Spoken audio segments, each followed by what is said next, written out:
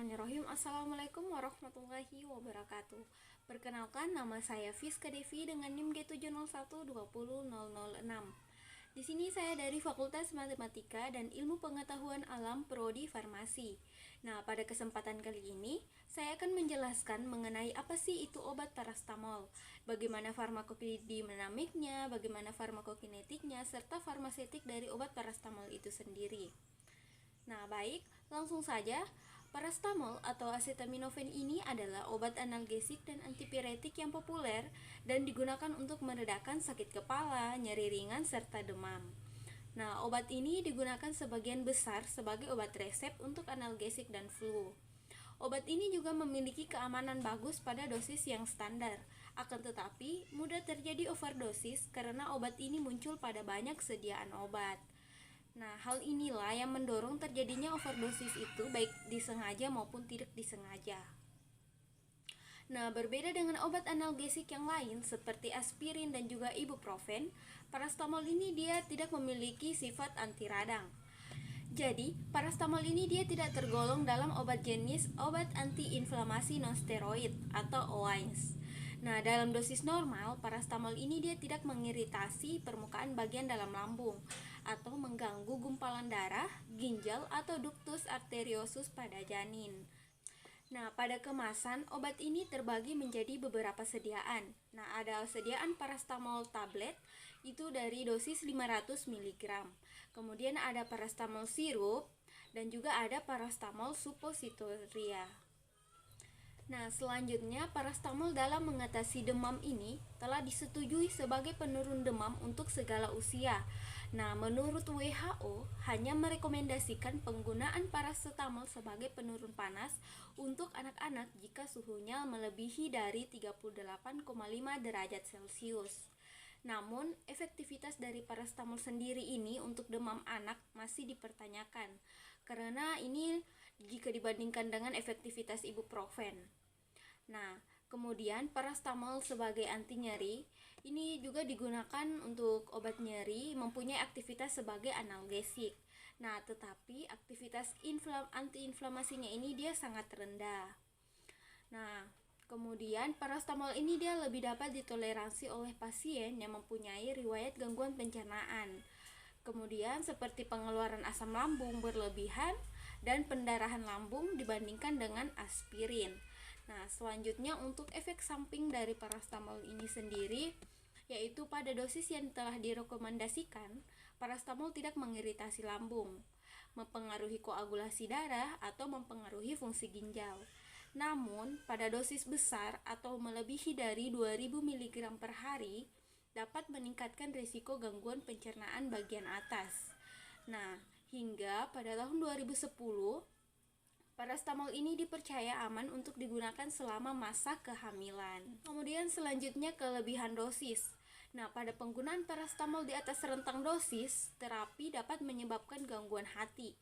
Nah, pengobatan toksisitas parastamol ini dia dapat dilakukan dengan cara pemberian asetilsistein yang merupakan prekursor glutathione, membantu tubuh untuk mencegah kerusakan hati yang lebih lanjut. Lalu bagaimana sih mekanisme kerja dari obat parastamol ini? Nah, mekanisme aksi atau mekanisme kerja utama dari parastamol ini adalah hambatan terhadap enzim siklooksigenase. Dan penelitian terbaru menunjukkan bahwa obat ini lebih efektif atau selektif menghambat siklooksigenase 2. Meskipun mempunyai aktivitas antipiretik dan analgesik, tetapi aktivitas antiinflamasinya ini dia sangat lemah karena dibatasi beberapa faktor. Salah satunya itu adalah tingginya kadar peroksida. Nah, hal lain karena selektivitas hambatan pada siklooksigenase 2 sehingga obat ini tidak menghambat aktivitas tromboksin yang merupakan zat pembekuan darah. Nah, selanjutnya kita masuk pada farmakodinamik dari obat parastamol. Kemudian, enzim siklooksigenase memiliki beberapa isoform. Yang paling dikenal itu ada siklooksigenase 1 dan siklooksigenase 2. Walaupun keduanya memiliki kesamaan karakteristik dan mengkatalisis reaksi yang sama, terdapat perbedaan efek di antara keduanya. yang mana untuk enzim siklooksiggenase 1 ini merupakan enzim yang diekspresikan oleh hampir semua jaringan di tubuh, termasuk platelet, dan memiliki peran dalam produksi prostaglandin yang terlibat dalam proteksi lambung. Nah, agregasi platelet atau autoregulasi aliran darah renal dan inisiasi perturisi. Sementara itu, untuk siklooksiggenase 2 berperan penting dalam proses inflamasi dengan mengaktifasi sitokin inflamasi. Nah, siklooksiggenase 2 ini juga banyak diekspresikan di ginjal dan memproduksi prostaglandin yang berperan dalam homeostasis ginjal. Selanjutnya, aktivitas siklooksiggenase 1 dan siklooksiggenase 2 ini dipengaruhi oleh kadar asam arakidonat.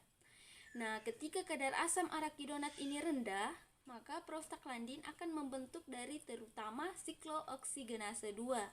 Sementara saat kadar asam arakidonat ini tinggi, maka prostaglandin akan dibentuk terutama di siklooksiggenase 1. Nah, kadar asam arakidonat ini juga mempengaruhi kerja dari parastamol. Kadar yang rendah memiliki efek paten terhadap parastamol dan kadar yang tinggi akan menghambat kerja dari parastamol itu sendiri. Nah, parastamol ini juga memiliki efek analgesik dan antipiretik yang setara dengan OAINS.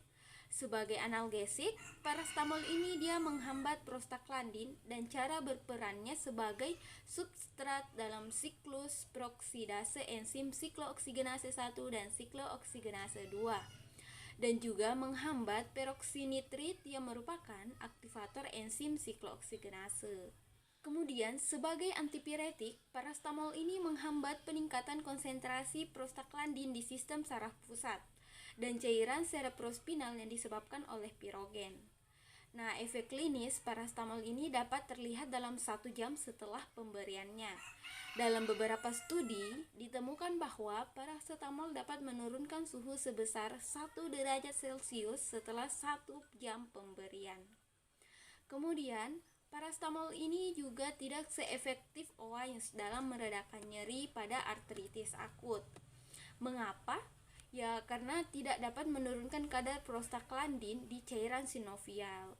Kemudian dibandingkan dengan OAINS ini sendiri, parastamol memiliki efek samping ke sistem gastrointestinal yang lebih rendah. Oleh karena itu, parastamol dapat digunakan untuk mengurangi nyeri pada pasien dengan riwayat ulcus pepticum.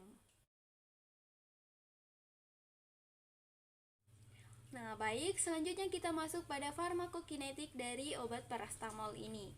Nah, farmakokinetik parastamol cukup baik dengan bioavailabilitas yang tinggi. Nah, yang pertama di sini ada absorpsi. Nah, parastamol ini diabsorpsi dengan baik di usus halus melalui transport pasif pada pemberian oral. Nah, pemberian dengan makanan akan sedikit memperlambat absorpsi parastamol. Kemudian, pada pemberian melalui rektum, terdapat variasi konsentrasi puncak di plasma, dan waktu yang dibutuhkan untuk mencapai konsentrasi puncak di plasma itu akan lebih lama. Nah, kemudian selanjutnya ada distribusi parastamol.